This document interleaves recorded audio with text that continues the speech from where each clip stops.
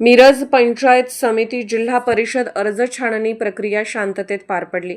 जिल्हा परिषद 11 गटातून 130 अर्ज वैध, पंचायत समिती 22 गणातून 193 अर्ज वैध, नांद्रे गणातील काँग्रेस पक्षाचा उमेदवारी अर्ज अवैध ठरला। मिरज तालुक्यातील जिल्हा परिषद आणि पंचायत समिती निवडणुकीची अर्ज छाननी प्रक्रिया मिरज तहसीलदार कार्यालय येथे आज शांततेत पार पडले। सकाळपासून विविध पक्षाचे उमेदवार, अपक्ष उमेदवार तसेच त्यांच्या समर्थकांनी मोठी गर्दी केली होती।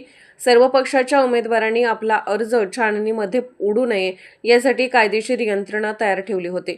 जिल्हा परिषद मधील 11 गटामध्ये 134 अर्ज उमेदवारांनी दाखल केले होते। त्यामध्ये आज अर्ज छाननी प्रक्रियेमध्ये 4 अर्ज बाद झाले असून एकूण 130 अर्ज वैध ठरले आहेत। मिरज पंचायत समिती 22 गणातून 202 अर्ज उमेदवारांनी दाखल केले होते। त्यामध्ये 9 अर्ज बाद झाले असून 193 अर्ज वैध ठरले आहेत।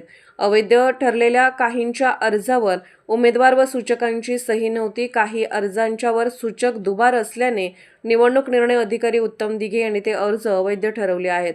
पंचायत समिती नांद्रे गणातून काँग्रेस पक्षाच्या उमेदवाराचा अर्ज अवैध ठरला आहे। त्यामुळे त्या नांद्रे गणामध्ये 2 उमेदवार निवडणुकीच्या रिंगणात राहिले आहेत।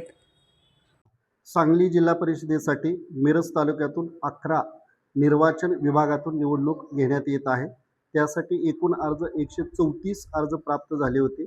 त्यापैकी 130 अर्ज वैध ठरलेले आहेत आणि 4 अर्ज अवैध ठरलेले आहेत। मिरज पंचायती समितीसाठी एकूण 22 गणातून निवडणूक घेतली जात आहे।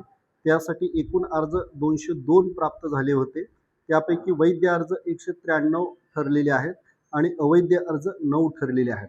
जे अर्ज अवैध ठरलेले आहेत त्यापैकी काही अर्जांवर सूचकांची स्वाक्षरी नव्हती, काही अर्जावर उमेदवारांच्या स्वाक्षऱ्या नव्हत्या, काही ठिकाणी सूचक दुबार असल्याने व दुबार असल्याच्या कारणास्तव अर्ज अवैध ठरलेले आहेत। इंडियन नॅशनल काँग्रेसचा नांद्रे पंचायत समिती गणातला अर्ज अवैध ठरलेला आहे सूचकांची स्वाक्षरी नसल्यामुळे।